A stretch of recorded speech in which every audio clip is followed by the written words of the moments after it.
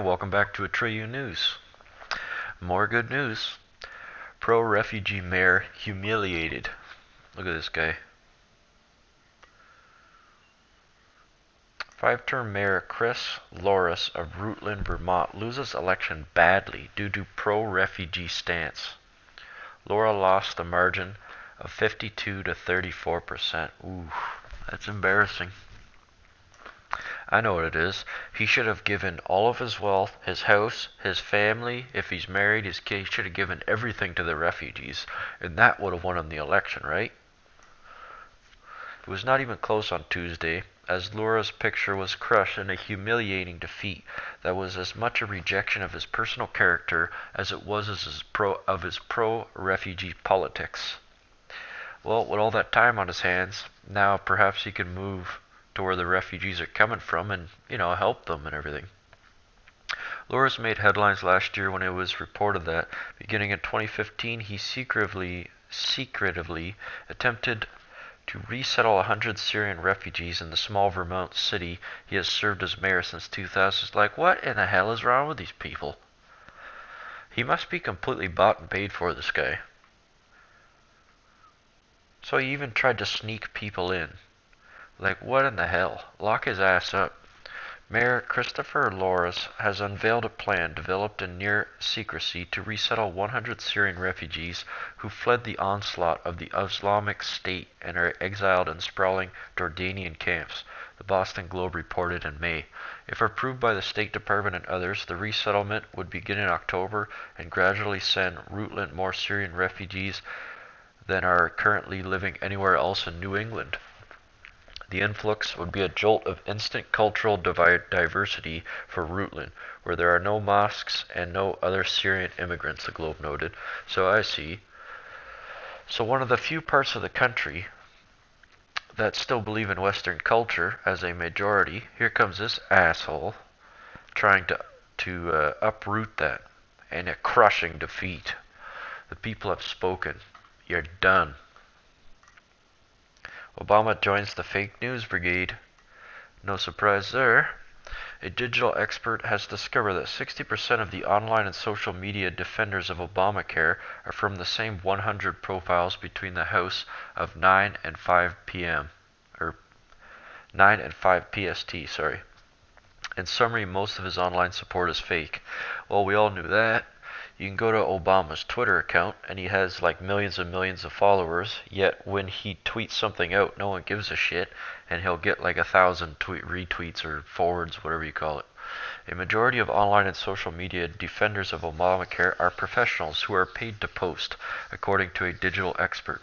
60% of all those posts were made from 100 profiles, posting between the hours of 9 and 5 Pacific time, said Michael Brown. They were paid to post. I wonder how much they get paid to post. I suppose these are the same idiots marching in the street. So I get it. They tweet about Obama being great, then they march in the street. That's their job. That's their life. Communists. Socialists. Build nothing. Achieve nothing. Steal from others. That's what they are.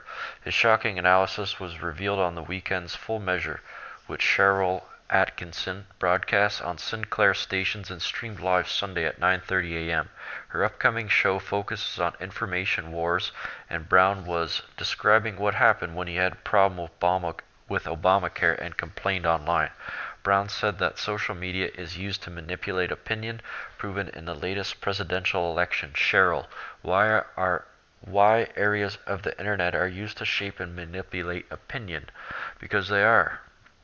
You ever notice on television, which I refuse to pay for or even watch? I spend a lot of time on YouTube, but it's not quite the same. And anybody who does that will know what I mean. But they call it a paid program. It's programming your conscious and subconscious mind to just accept less. Accept the BS that they shove down your throat and accept the BS about violence and everything. So it's called a paid program. Television. Breaking. Hollywood star just charged with kidnapping. More from Hollyweird. According to reports, Grey's Anatomy star has been charged with kidnapping in the face of a custody battle with her partner. Telegraph.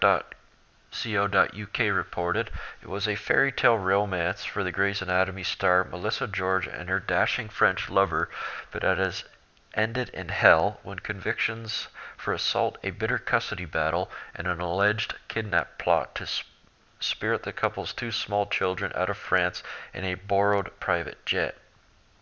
And Mrs. George, or Miss George, who has also starred in The Good Wife, claims her career is on the rocks because her ex-partner refuses to let her leave the country with children to film abroad. Well, I don't think I would allow that either, would you? The 40-year-old Australian actress met entrepreneur John David Blanc at a BAFTA Awards party in London in 2012, and the pair quickly became a couple, producing two sons, Raphael, now 3, and Solol, now 1. I like that name, Solol. But the relationship came to an abrupt end last September 7th when at 3 a.m.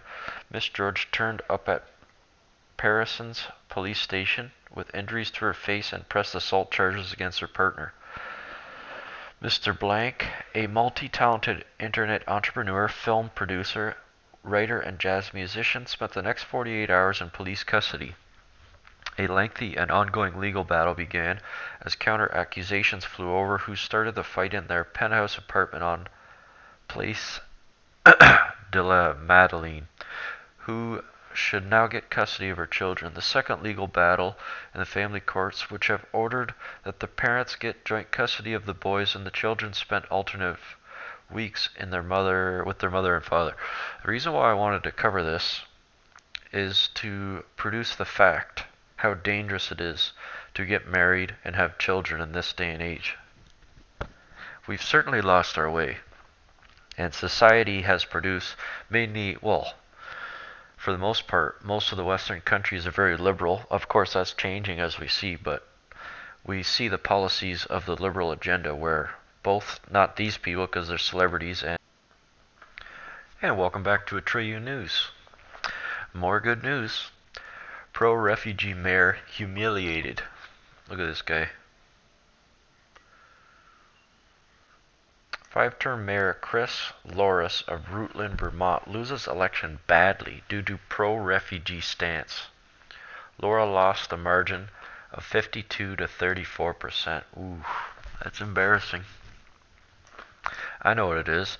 He should have given all of his wealth, his house, his family, if he's married, his kids, he should have given everything to the refugees, and that would have won him the election, right? It was not even close on Tuesday, as Laura's picture was crushed in a humiliating defeat that was as much a rejection of his personal character as it was as his pro-refugee politics. Well, with all that time on his hands, now perhaps he can move to where the refugees are coming from and, help them and everything. Loris made headlines last year when it was reported that, beginning in 2015, he secretly